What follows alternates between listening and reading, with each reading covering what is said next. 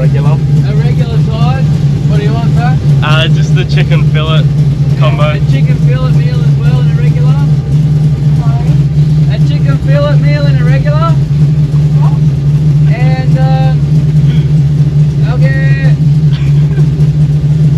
the Western. Can I get the West? Actually, I'll just get the chicken fillet meal again, but with bacon on it and cheese. In a meal as well. And can I upgrade the fries to waffle fries on the last one? And Coke as a drink for all of them. That's everything, thanks.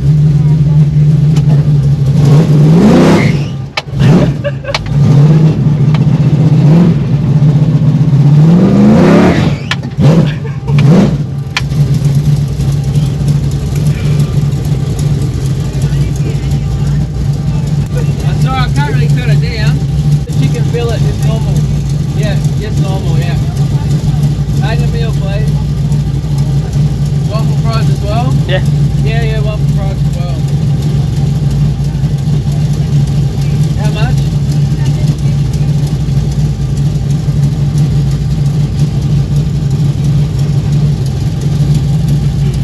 You can keep change for being such a good sport. I'll probably use $10 in fuel. What's an extra $2.50?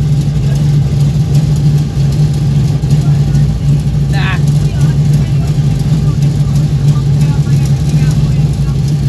Okay, thanks.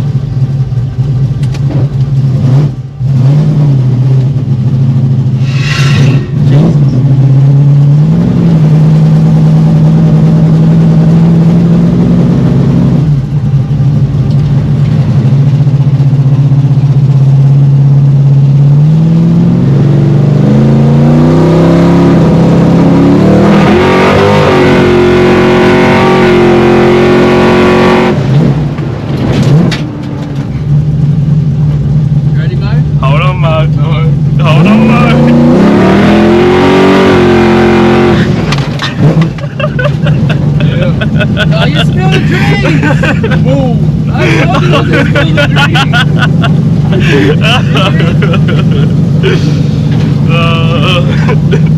Saturated.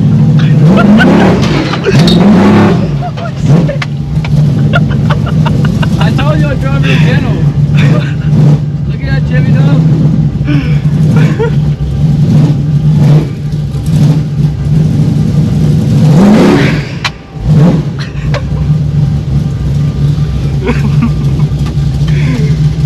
You alright, mate? Yeah.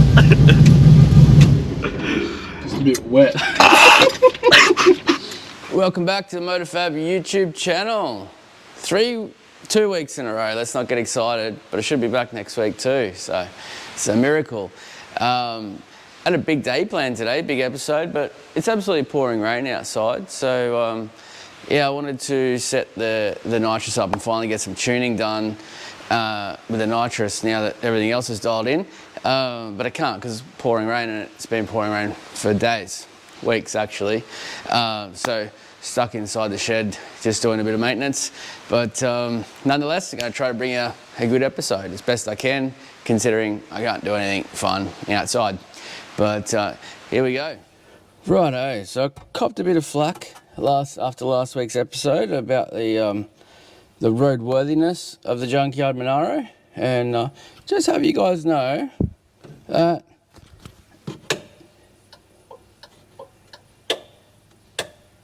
pretty much everything on this car works. Even so, there you go. You people that doubt the roadworthiness of the junkyard Monaro. So Monaro first, as I said, we were going to set that nitrous up finally. I think I got all the pieces of the puzzle together. I just need to do a bit of tuning now, but I can't because it's raining, so we'll get back to that. I'm setting up for hopefully a bit of a surprise for you guys for next week. I'm not going to spoil it, but if the weather finds up, stay tuned. So let's hope we can get the nitrous sorted out. Other than that, just been putting a few miles on it on the street, and I love it. It's great. It's good fun to drive. Turns a few heads. I've got a set of springs and perches in the back that's really, really low that I'm testing. Obviously, at the end of the day, it's the purpose behind all this sort of stuff is I test the products that we make, and cool as they look, that the diff's actually just hitting on the floor, and I go over a bump on that one. So I'm trying to get these things lower and lower and not have any clearance issues, and just see what the limiting factors are. So with the right wheel offset, the right tyre to 255 60/15, there is a little modification to the dog leg on that one. Other than that, the tyres don't scrub at all. The limiting factor of going low is that the diff hits the floor pan. So we like to test things and push the limits of where we can go, and make sure that the geometry and traction and all that works with the thing set up so low. But yeah, so we've found the limit.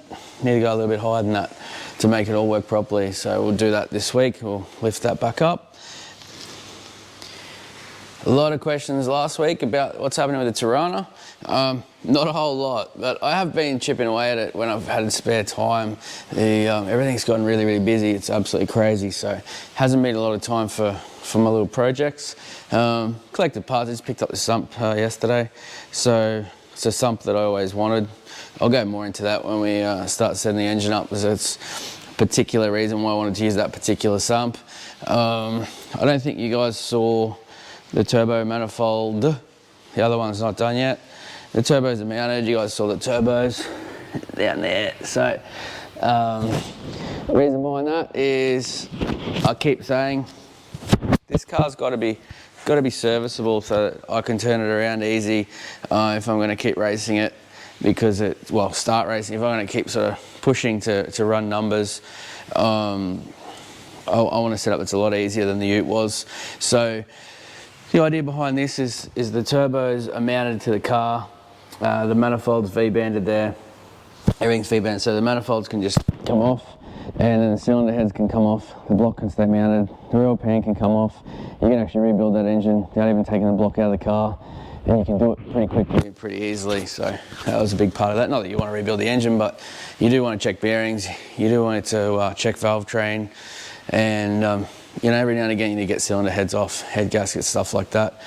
So that was the reasoning behind that, is just make it super easy. So we will be back to the Torana very soon. I wanted to get the Monaro to a certain stage, which it's just about there. It's just about at a setup where I can take it to a no prep or an off-street drags event and race it, bring it home and put the cover and protect that beautiful paint. And that's just about where it is. I can take it for a drive on the street, and so once that's sorted out there, then we can come back to this one, get back into it and get it finished, hopefully soon.